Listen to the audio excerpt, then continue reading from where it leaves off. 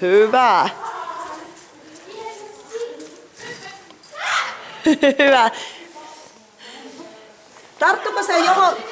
Katoppa, tarttuko se johonkin kiinni vai lähtikö se vaan niin vauhdiksi viimeisestä tujottelusta? Ei se varmaan, se vaan niin käy niin vauhdilla sitä viimeistä mutkassa, että vaihdetaan nyt ihan varulta, että kun tuutte toisesta suuntaan, niin laitetaan nyt tämän kiinni, koska toi on oikeasti varmasti, kun se röpsottaa. Tää on ihan varmuutena yksi verkko, tämän saisi menekin vaihtaa. Eli tulkaa nyt oikealta vasemmalle ja nyt. Hyvä! Mikä siinä pitää nyt kunnolla ohjelmista tehdä, vai miksi se?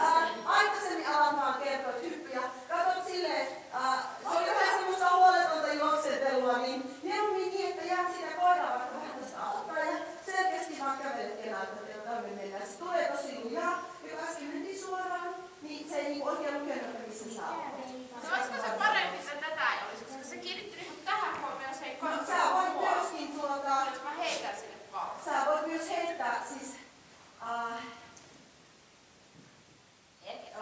se on hyvä, että se katsoisi sua, mutta jos se samalla myös kaataa koko ajan hirveän voimakkaasti sua pohdin, niin sitten se on taas ongelmallista, että sä et saa sitä irtoamaan. Eli voidaan käyttää sitä enteraalilla, jolloin se saa sitä irtoamaan sinusta.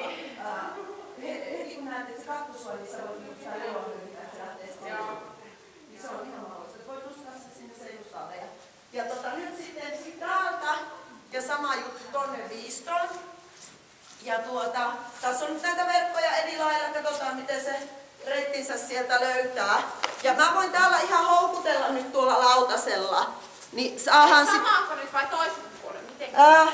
Eli nyt saat, kun sieltä oikealta vasemmalle. Elikkä nyt kun tää pujotteluhan niin välillä mennään helposti sisään ja nyt mennään vähän vaikeasti sisään. Eli se pitää kiertää koko se keppi. Voidaanko se voi itse asiassa olla loogisempi, mutta tässä sä voit jopa tulla vähän lähemmäs ja työntää sitä pikkusen tuo ekan keppi ohi, että se varmasti sen löytää. Ettei se esimerkiksi tähän väliin nyt sitten suvitkaa.